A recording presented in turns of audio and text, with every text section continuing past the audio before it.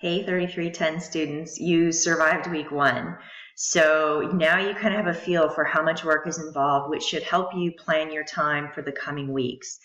There is a lot of work, there's a lot of writing, and that means it takes some time to think through everything and to organize your thoughts.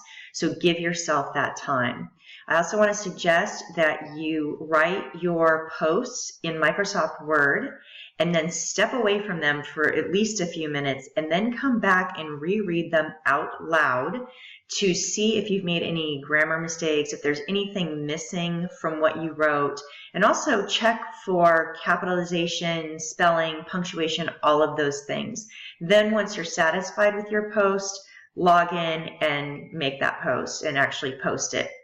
Something also to be aware of is that it takes Moodle some time to recognize your post.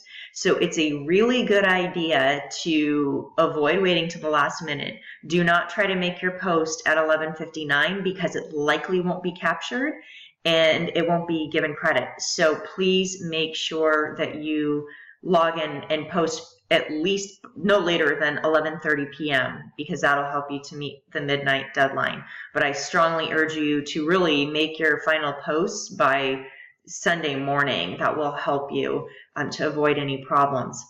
I also wanted to mention there's a plan you can use called a Neal plan for writing. This is out of Duke University, and honestly, it changed the way I write. It changed everything for me as a student once I learned about it. So I've uploaded a document for you and also the link to the original work by Duke University.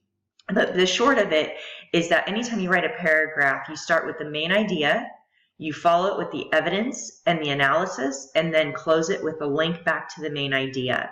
So it can be really hard to organize your thoughts, but once you think of it in those terms, it's very helpful. It'll help you to communicate more clearly, whether it's in a discussion post or in something you're writing for a paper. If you have any questions about that, let me know. If you need help with figuring out time management, if you're not sure about your discussion grades and you need some help, please let me know.